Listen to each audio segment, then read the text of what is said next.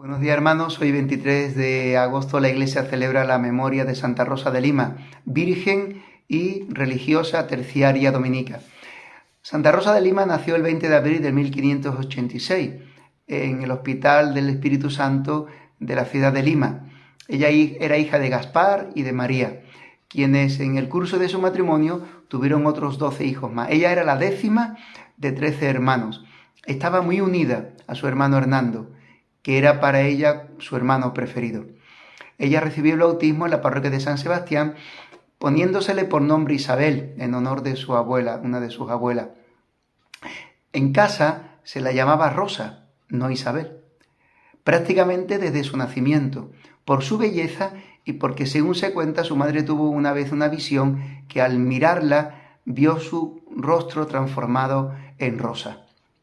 A los 11 años, Rosita se mudó con su familia a la Sierra de Lima, a un pueblo llamado Quibes. Fueron tiempos difíciles para su familia, pero también de copiosas bendiciones. Una de esas bendiciones fue cuando en 1597 Santo Toribio de Mogrovejo, que era el entonces obispo de la ciudad de Lima, hizo la visita pastoral a ese pueblo de Quibes y le administró a Isabel el sacramento de la confirmación. El encuentro con el santo obispo fue muy significativo para ella, porque desde aquel entonces recibirá el nuevo nombre con el que será llamada para siempre y de un modo oficial en el sacramento de la confirmación. Pasará de ser Isabel a Rosa.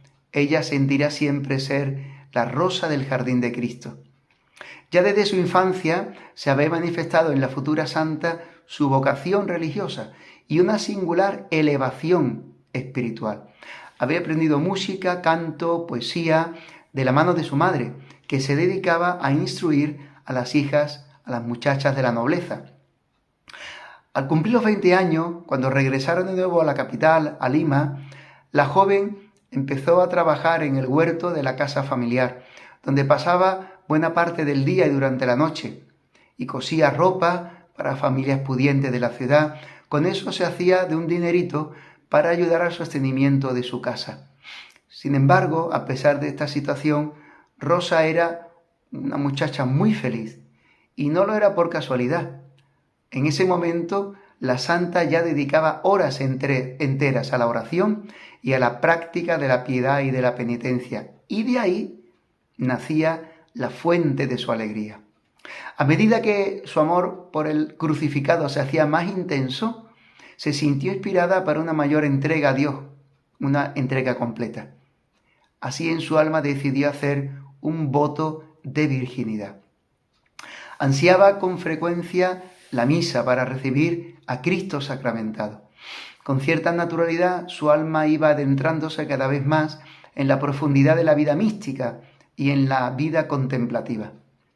Casi sin darse cuenta, se estaba convirtiendo en un signo que llamaba la atención en su ciudad, y era un signo de contradicción, porque mientras que en ella crecía la santidad y la vida espiritual, la ciudad en la que vivía cada vez se hacía más frívola y mundana.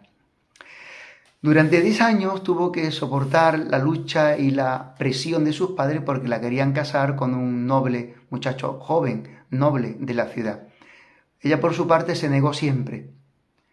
Había hecho voto de virginidad y para confirmar ese voto resolvió entrar en la vida religiosa. Así, al cabo de los 10 años, el 10 de agosto de 1606, ingresó como terciaria en la Orden de Santo Domingo, siguiendo los pasos de Santa Catalina de Siena, que también era terciaria, considerándola para ella como su madre espiritual. Y a sugerencia de un sacerdote dominico, aceptó ponerse por nombre Rosa de Santa María. A partir de aquel entonces, vivió prácticamente recluida en una cabañita, en una casita que había construido su hermano Hernando en el huerto de su casa. Esa vida espiritual producirá grandes frutos, que ella vivía con tantísimo cuidado, porque le resultaba ya, siendo una chica joven y de su sociedad, que estaba ya fuera de la realidad, que vivía de un modo diferente, que este mundo no era ya para ella. Ella quería vivir no las vanidades del mundo que le molestaban, que la rechazaba, ni dejarse llevar por los elogios de su atractivo semblante, porque era una chica muy guapa. Por eso cuando le echaban elogio o piropo, ella lo sentía como un flagelo, como un latigazo que le daban sobre su cuerpo. En una ocasión su madre le hizo una corona de flores que puso sobre su cabeza para que la luciera y la gente se hicieran lenguas de la belleza de Rosa. Ella, no sintiéndose cómoda por esa situación, dice que presionó de tal manera las ramas sobre su cabeza que una de las horquillas se le clavó y un breve y fino hilo de sangre corrió por su cabeza. Y ahí aprendió cómo de las pequeñas cosas, de las dolorosas cosas de la vida, ella puede aprovecharla para su vida de penitencia y crecer en su vida espiritual. Aprendió que cualquier circunstancia de la vida era oportuna, era una gracia de Dios para unirse a su esposo Cristo sufriente. Cuando una mujer la halagó, manifestando la suavidad de su piel, de sus manos, de sus dedos, la finura de sus dedos, dice que ella lo más pronto que pudo, cogió barro y las cubrió para enfear, para afear las manos y evitar así piropos y elogios. No tenía ningún atractivo para ella las vanidades del mundo. Con toda esta vida de renuncia y penitencia, Rosa aprendió a dominar sus pecados, sus pasiones, sus instintos, sobre todo los pecados capitales, sobre todo la soberbia y el orgullo, el amor propio, que era lo que más le costaba, y no tener puesto su corazón más que en su esposo Cristo el Señor. Por eso hacía continuamente ayunos intensos, pasaba noches continuas en vela haciendo oración, rezando por los pecadores, por su conversión y su salvación eterna, especialmente por aquellos que habían cerrado su vida al amor de Dios. Y también llevaba sobre su cabeza y debajo de su velo una corona de espinas. Dios le concedió a Santa Rosa gracias extraordinarias, pero también permitió que sufriese durante 15 años la persecución de sus amigos y conocidos. También el demonio hacía en ella su obra y la molestaba con violentas tentaciones. Y aunque vivía su vida escondida en Cristo, Dios permitió que su alma se viera sumida en la más profunda desolación y sequedad interior y espiritual. Con todo, en la ciudad crecía cada vez más y cada día más el conocimiento de la santidad de su vida, de tal manera que fue para ellos, para sus vecinos de su ciudad, una protectora, sobre todo en los momentos de peligro. Y cuando fueron invadidos por los piratas, ella misma fue la que defendió a la ciudad con su oración, defendiendo al Santísimo. Se cuenta de que en esa noche de oración el capitán de los piratas murió y todos los marineros abandonaron el deseo de conquista de la ciudad y se marcharon. Por otra parte, conoció con anticipación el día de su muerte, 3 años antes de suceder.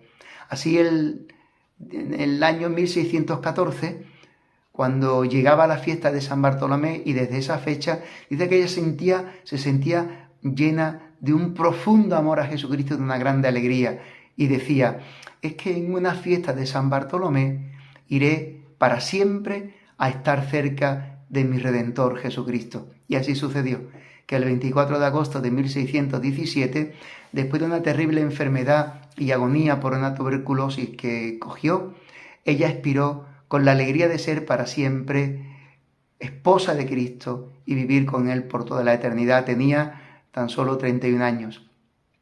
En estos últimos años de su vida, sobre todo en estos 3 últimos años, su salud iría empeorando cada vez más. Como hemos dicho, tuberculosis. Y fue acogida en casa de una familia muy querida de ella, y también ellos eran muy queridos para ella y ella para ellos. La consideraban como una hija. Era un matrimonio muy piadoso y la estuvieron cuidando hasta el día de su muerte. En medio de su enfermedad, que era difícil y dolorosa, Rosa oraba así: Señor, auméntame los sufrimientos, pero auméntame en la misma medida tu amor. Decía de ella Benedicto XVI, que solía repetir: si los hombres supieran qué es vivir en gracia, no se asustarían de ningún sufrimiento y aguantarían con gusto cualquier pena, porque la gracia es fruto de la paciencia. En este último año de su muerte, el Domingo de Ramos de 1617, tuvo lugar lo que se conoce como desposorios místicos. Mientras ella oraba delante de la Virgen del Rosario, se le apareció el niño Jesús y le habló diciéndole: «Rosa de mi corazón, yo te quiero por esposa». A lo que ella respondió: «Señor, aquí tienes a tu inútil sierva, tu inútil esclava. Tuya soy y tuya seré para siempre».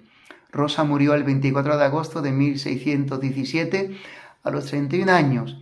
Sus funerales movilizaron a toda la ciudad y a todas las clases sociales. Se le dieron funerales de personas ilustres, como a un arzobispo, como a un senador, como a un personaje de la alta política. Y la gente gritaban en su funeral: «Santa, Santa», y se acercaban a su ataúd esperando coger de ella algún tipo de reliquia. Santa Rosa fue canonizada por el Papa Clemente X en 1671, convirtiéndose en la primera santa del continente americano, y él mismo la declaró patrona principal del nuevo continente, de todas las Américas, de Filipinas y de las Indias occidentales. Santa Rosa de Lima ruega por nosotros. ¡Feliz día de Santa Rosa, hermanos!